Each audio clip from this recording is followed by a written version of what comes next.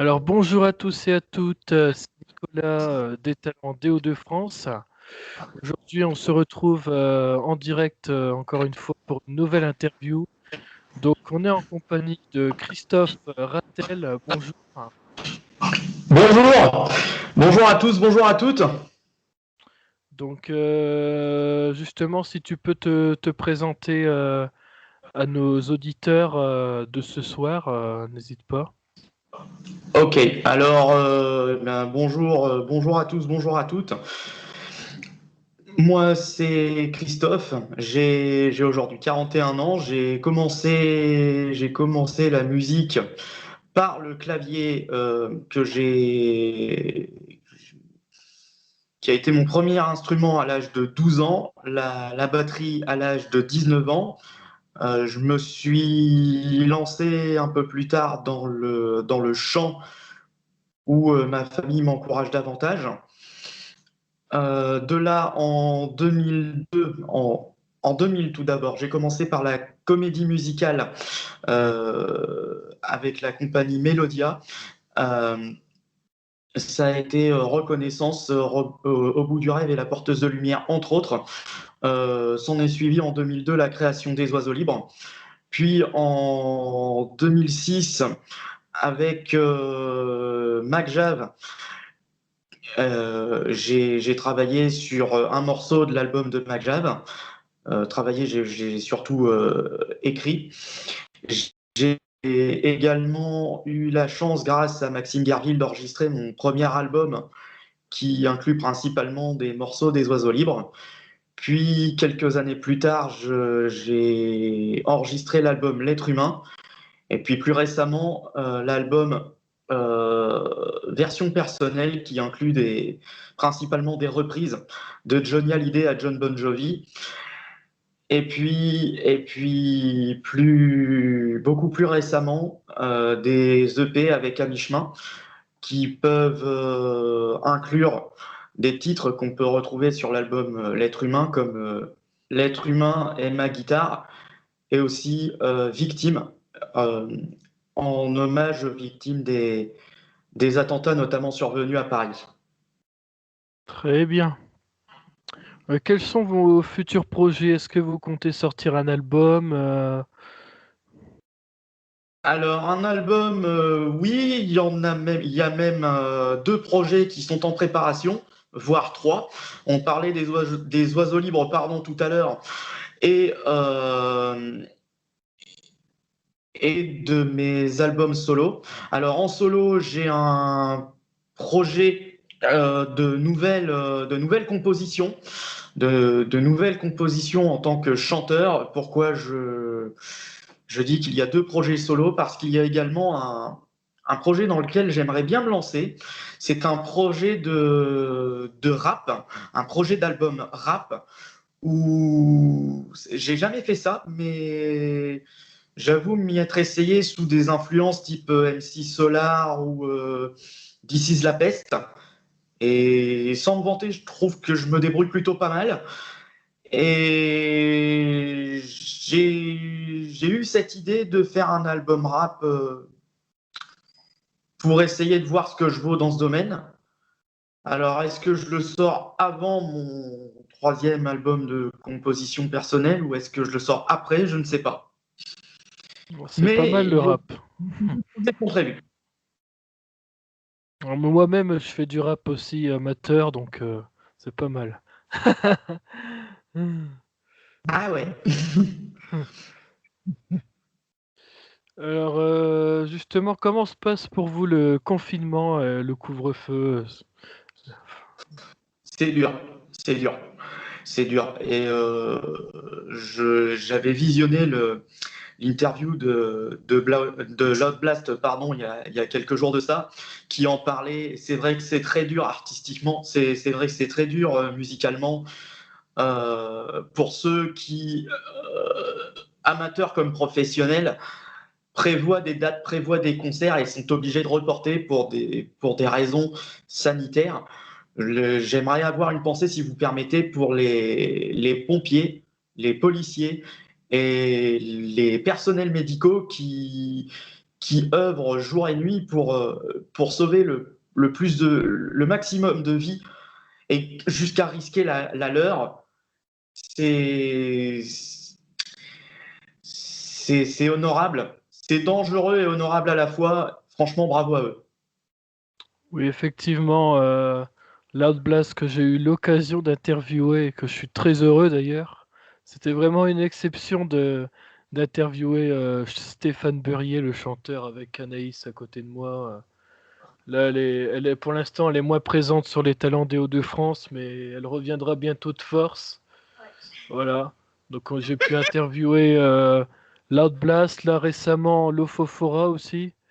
Et Black Bombay, tous les. J'essaye de faire la scène métal française. Là bientôt, Mhm. je vais bientôt interviewer aussi Los Dissidentes del Sucio Motel, un groupe de Toulouse, je crois. Non, de Strasbourg, excusez-moi, de Strasbourg, qui prépare un nouvel album là très bientôt. Donc voilà. Quelles sont vos influences musicales justement? Ouh là là, alors là, ça part loin. Ça part loin. Je suis quelqu'un d'assez ouvert musicalement, c'est-à-dire que je peux passer de Didier Barbelivien à Dorothée en passant par Bon Jovi, que personne ne rigole derrière, parce qu'il y a aussi du Jennifer et du Grégory Le Marchal. S'il vous plaît. Ah, j'adore Grégory Le Marchal. Ah, C'est surtout on- le combat de la mucoviscidose et tout ce qui vient derrière qui est magnifique, quoi. C'est... exactement. Exactement. Quel album ou groupe aurez-vous découvert ou écouté pendant justement cette période sanitaire? Alors, j'ai pris une grosse claque. On parlait de Grégory Le Marchal. J'aimerais aussi rendre hommage à, ça n'a rien à voir, enfin, entre guillemets, avec la musique, mais je pense que tout le monde a suivi un autre combat, celui de Rania contre la progéria. Elle a Oui, oui, disparu oui. malheureusement en octobre 2020. Et j'aimerais, si vous permettez, lui rendre hommage. Parce que Rania était à YouTube, ce que Grégory Le Marchal était à la Star Academy et à la musique, c'est-à-dire une putain de leçon de courage. Une putain de leçon de courage. Bravo à eux deux, bravo à leur famille. Parce que aujourd'hui, dans les deux cas, le combat continue. Le combat continue et c'est très beau ce que font les familles de ces deux personnes. Et pour rebondir sur votre question, un album qui m'a mis une grosse claque et que je conseille à tout le monde, ce serait l'album de... Alors là, c'est un YouTuber rappeur dont je parle, de GNT, qui s'appelle Toujours le même et qui est vraiment très très bon à écouter. Voilà, donc on parle de Game X13, bien sûr. Voilà. Vous avez Donc compris. justement, Game X13, c'est grâce à lui que Rania s'est fait connaître sur YouTube, tout ça. Donc on est un peu Voilà. dans le même sujet, quoi. Est-ce qu'on peut vous retrouver sur les réseaux sociaux pour vos chansons, tout ça? Alors, pour les réseaux sociaux, il y a trois chaînes YouTube qui sont conseillées. Alors, il y a la chaîne Chantamax qui est plus gérée par mes parents, même si c'est moi qui mets les vidéos en ligne. Après, il y a la chaîne Le Monde de Christophe où vous pouvez également retrouver mes vidéos musicales, mais où vous pouvez aussi retrouver des vidéos plus vlog, reportage et gaming. Et il y a la chaîne Le Monde de Christophe Live où vous pouvez me retrouver en live le soir où je vais essayer de faire un peu de jeux vidéo, les jeux vidéo qui sont ma deuxième passion après la musique. Ah, super. Et du coup, vous jouez à quoi comme jeu vidéo? Il y a de tout, je fais du rétro gaming, je me suis axé sur du FIFA 2000 dernièrement. Sinon, il y a des jeux Super Nintendo, il y a des jeux pour téléphone mobile, je pense notamment à Power Ranger Legacy Wars, et des jeux de catch, il y a de tout et n'importe quoi. Un peu plus compliqué. On adore les jeux de catch ici aussi. Les, les SmackDown versus Round, là, ça c'est bien pour se défouler. Ouais. Si vous avez, si les auditeurs, vous avez des connaisseurs de jeux vidéo qui écoutent, ça sur émulateur, par contre, les jeux de catch, c'est pénible. Si vous avez votre ordinateur, que vous avez votre émulateur à côté, enfin, dans l'ordinateur, je me comprends, et que vous connaissez pas les touches du PC pour adapter votre jeu, c'est pénible. Vous vous énervez très vite. Mais voilà. Non, sinon musicalement, pro- pardon, des projets assez divers et variés. Là, on attend avec à mi-chemin. Je voyais encore des messages hier arriver de tout le monde. On attend de savoir où on va jouer et comment on va jouer, et quand on va jouer. Mais à mon avis, on est comme tout le monde. Ça sera peut-être pas avant un bon 2022. Là, on est comme tout le monde, on est suspendu au discours exécutif, allons-nous dire. Et comment se passe justement la composition dans vos titres? Ah bah alors, là, je dirais que je m'inspire un peu plus à la fois de mes expériences personnelles et de ce qui se passe autour de moi. C'est-à-dire que si je suis en présence d'une personne qui me confie quelque chose, je vais essayer de me servir de ce qu'elle m'a confié pour écrire mon texte. Je vais vous raconter une anecdote. Le titre Ma guitare, qu'on peut encore une fois retrouver sur L'être humain, sur le premier EP d'À mi-chemin, euh, je l'ai composé tout simplement en ayant appris que ma mère voulait vendre sa guitare. J'ai fait, mais maman, attends. Je lui dis, je vais la récupérer, ta gratte, ça va être vite réglé. Et puis, elle me fait, bah non, je vais la vendre. Je dis, mais bon, bah, je dis, écoute, quitte à la vendre, vas-y, je te la rachète. C'était terrible, elle avait pas voulu au départ, mais qui s'y dit. D'accord. Justement, vous parlez tout à l'heure que vous prévoyez des lives sur votre chaîne YouTube. Sur la chaîne de live, oui, mais bon, on va attendre un petit peu parce on a eu, comme qui dirait, quelques petits soucis. On a eu, comme qui dirait, quelques petits soucis et je me suis dit que c'était pas bon de reprendre dans un environnement comme celui-là. D'accord. Sinon, au cas où vous posez la question, les réseaux sociaux sont disponibles dans les barres à propos des chaînes. D'accord, il n'y a pas de souci. Et je le mettrai également dans la description de ce live d'interview que les auditeurs pourront voir exactement. Tout Voilà. à fait. Donc justement, vous m'avez parlé de vouloir interpréter un morceau. Donc je vous laisse parler du morceau que vous voulez jouer, puis on vous écoute après. Ok, alors, le morceau,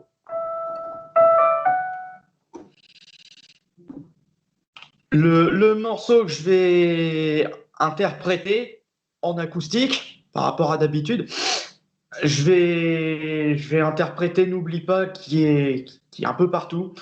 Je citerai mon guitariste chanteur d'Amichemin qui m'a dit un jour, putain, ça fait 10 ans que tu nous la chantes, t'en as pas marre de te la traîner? Je fais, attends, c'est devenu un classique, voilà, ça c'est fait.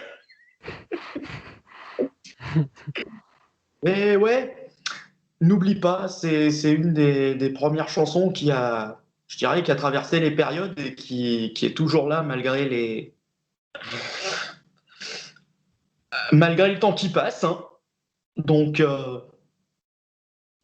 donc on est parti.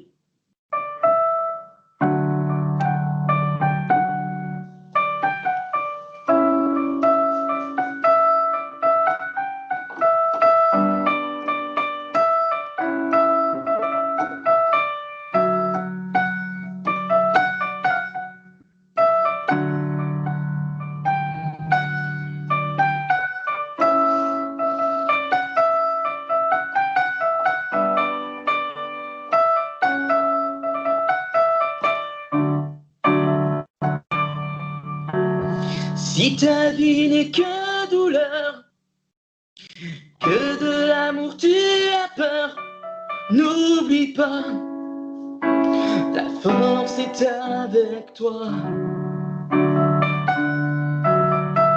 Si tes larmes coulent encore, que te reviennent les remords, n'oublie pas la flamme qui brûle en toi.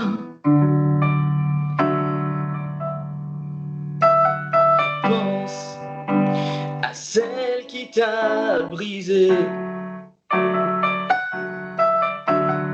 Pense qu'elle va le regretter.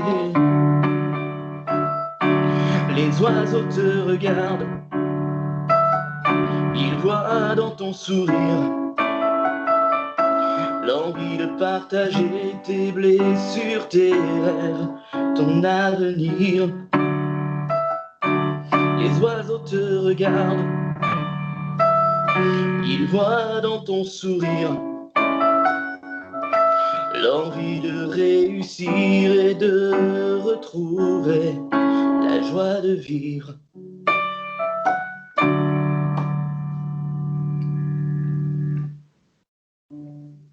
Très bien. Donc on a pu écouter le titre N'oublie pas, c'est ça qu'on peut retrouver sur un des albums? Alors, sur plusieurs albums, il y a l'album N'oublie pas, sorti en 2006. Mon premier album solo et le premier album des Oiseaux Libres, où N'oublie pas est également disponible. Très bien. Et on peut retrouver où les albums? Sur les plateformes de streaming ou? Non, justement, là, je vais voir comment ça peut s'arranger, mais je donnerai les dates. Je pense où mes parents s'en occuperont. Il y aura les dates des concerts et animations qui seront diffusés sur les réseaux sociaux et ils seront vendus à ce moment-là. Très bien. Donc on peut vous les commander à tout moment sur sur vos réseaux sociaux, tout ça. Commander, je verrai avec mes parents, je vous enverrai, je vous tiendrai au courant. Mais il y a moyen il y a moyen que les albums soient vendus lors des animations respectives et les miennes et les Oiseaux Libres. Très bien. En tout cas, je pense qu'on a fait le tour sur cette interview. Je vous remercie d'avoir participé au Talent des Hauts-de-France Bon, merci. et puis à très bientôt alors. À très bientôt.